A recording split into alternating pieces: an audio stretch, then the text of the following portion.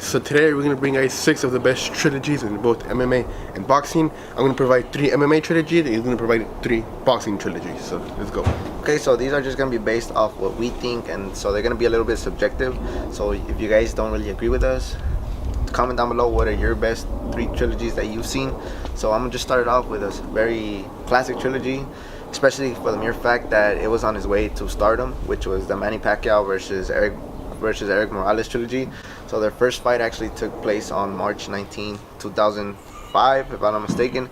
It was a very close fight, and Eric Morales actually ended up getting the better of that. They ended up having their second and third match in the year of 2006.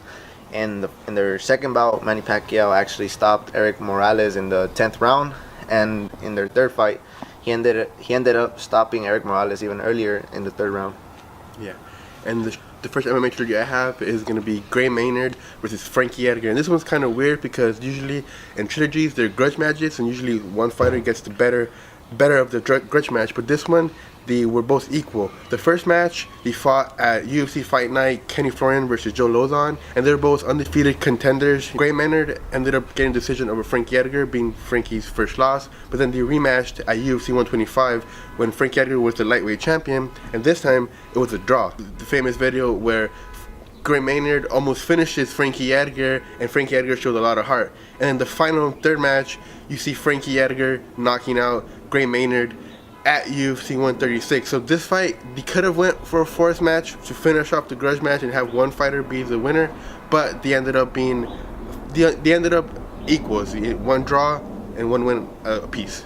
So the next boxing trilogy I have on my list is Eric Morales versus Marco Antonio Barrera. This is a very classic trilogy, especially for the Mexican fans. This trilogy itself had a lot of animosity because of the fact that these guys just simply didn't really like each other.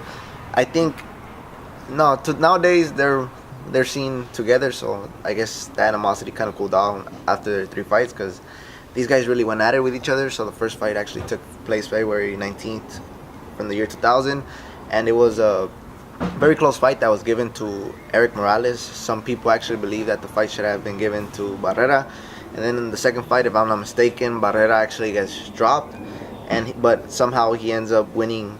He ends up winning the second fight, which was also there was a lot of controversy also surrounding that fight, just for the mere fact that the people thought once again that the fight was given to the wrong boxer. And then in their third fight, the last fight, once again, it was a very close fight.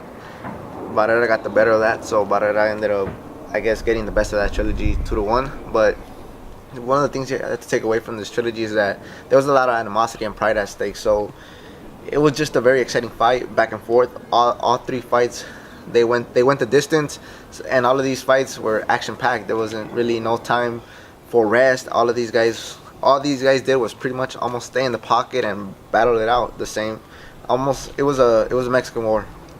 So the next trilogy I chose was Cain Velasquez versus Junior Santos. Cain walked in as a champion and the first Mexican heavyweight to win a title in MMA and boxing, and it was kind of a little letdown because this was my very first match, and I saw Cain Velasquez get knocked out in the very first round.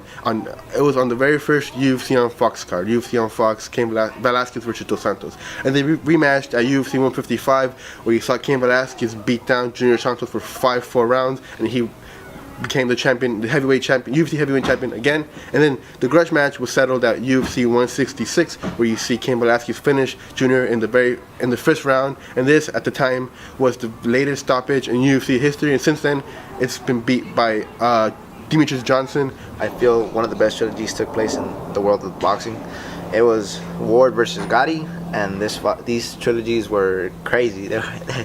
I think these were probably one of the most exciting trilogies I've seen, especially because of the mere fact that I guess every time that these guys finished with their bouts and they would end up at the hospital, they would actually be in there together, all happy and smiling.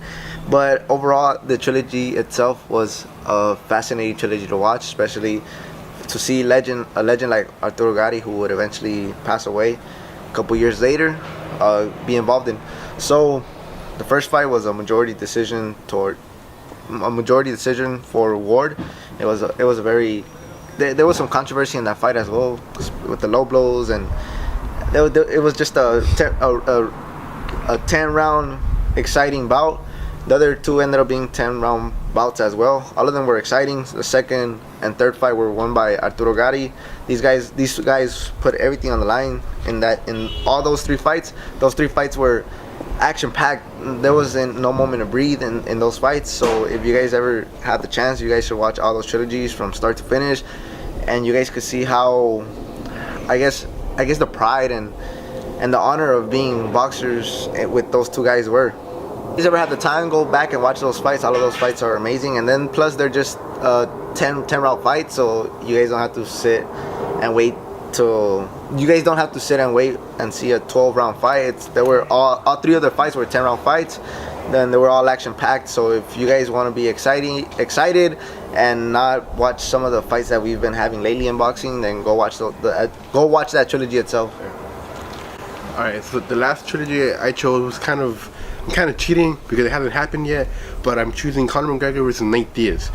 At this point of January 26, 2018, they've already fought twice. So maybe in the future they'll get a trilogy. But this fight, I believe, will be the most important trilogy in MMA history because one, Conor being the best fighter, the most popular fighter in the UFC, and two, him losing to Nate Diaz. So the first fight at UFC 196, we saw Nate Diaz come in on 10 days notice off a vacation from Cabo, and came in. First round he looked like bad for him. He looked like he was going to get TKO'd, but he came in the second round, ended up finishing with a rear naked choke. The second fight was a very controversial decision for Conor McGregor. Many people thought that Nate Diaz won the fight, and we also saw that Conor fade in the later round, and we saw Conor's cardio lack in the later round. So in this trilogy, there's a lot of questions. Can Nate Diaz handle the power of Conor, and can Conor keep up with Nate Diaz cardio-wise? And many people thought that Nate Diaz won both fights. So, but technically they're 1-1. So this next fight will hopefully settle the grudge match. Okay, so what makes these trilogies so great is the mere fact of how close they really are. So if you guys really pay attention to the video, I think one of the key words that we repeated a lot is controversy.